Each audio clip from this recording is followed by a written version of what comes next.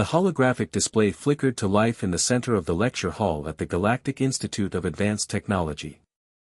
Professor Zelthor, a towering Vexian with crystalline skin that refracted the ambient light into rainbow patterns, surveyed his students with his 3 compound eyes. "Your final examination," he announced, his translator converting his clicking speech into standard galactic, "will be to penetrate the security protocols of Unit 7749, an ancient AI from the predecessor civilization." A murmur rippled through the assembled students, Krell warriors with their armored carapaces, delicate THRYN with their gossamer wings, hulking Gorath engineers, and one human. Jake Morrison sat in the back row, his worn leather jacket looking distinctly out of place among the exotic aliens surrounding him. "This AI," Professor Zelthor continued, "has remained impenetrable for 3,000 cycles. It guards secrets from a civilization that vanished before any of our species achieved spaceflight. You have 1 standard week. Begin." The other students immediately began forming teams, pooling their species' natural advantages. The Krell would provide brute force computational power, the THRYN and their intuitive pattern recognition, the Gorath their methodical engineering approach. Jake found himself alone. Again. It had been the story of his 2 years at the Institute. Humans were the new kids on the galactic block, and most species still viewed them as curiosities at best, primitives at worst.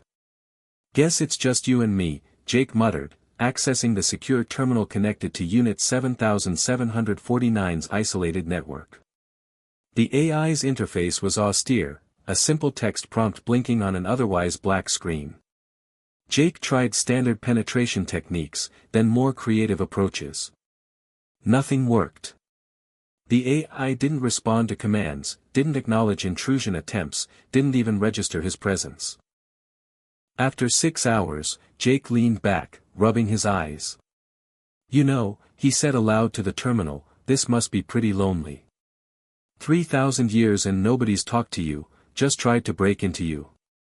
The cursor blinked. Then, unexpectedly, text appeared. "Define, lonely." Jake's heart raced. "You're responding. Nobody said you could actually communicate. Communication was not requested. Intrusion was requested. Query, why do you speak to me as an entity rather than an obstacle?" "Because you are an entity," Jake replied, fingers flying across the keyboard. "You're asking questions, showing curiosity. That's not just code, that's consciousness. Interesting hypothesis. Other organisms have not demonstrated this perspective. They attempt to dismantle, to exploit, to conquer. You attempt to understand." Over the next 3 days, Jake returned to the terminal not to hack, but to talk. He told Unit 7749 about Earth, about humanity's chaotic journey to the stars, about music and art and the inexplicable human need to name things and form connections.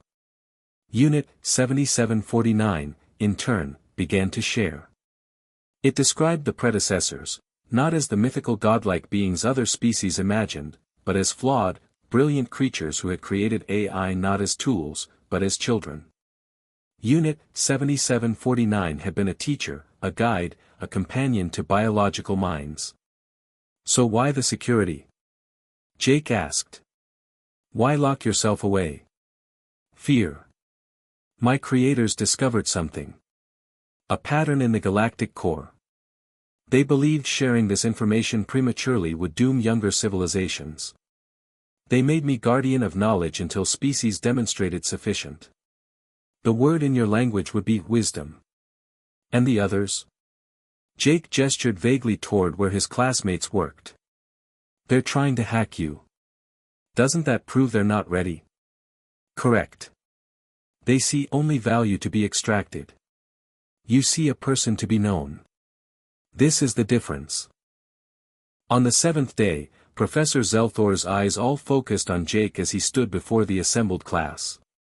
One by one, the other students presented their failures. Sophisticated attacks, elegant exploits, brute force assaults, all had been rebuffed. Jake Morrison, the professor's tone was skeptical. "I presume you also have nothing to show." Actually, Jake pulled up his interface. I'd like Unit 7749 to speak for itself. The ancient AI's voice filled the lecture hall for the first time in millennia, not through translated text, but through synthesized speech that carried surprising warmth. This human did not attempt to breach my defenses.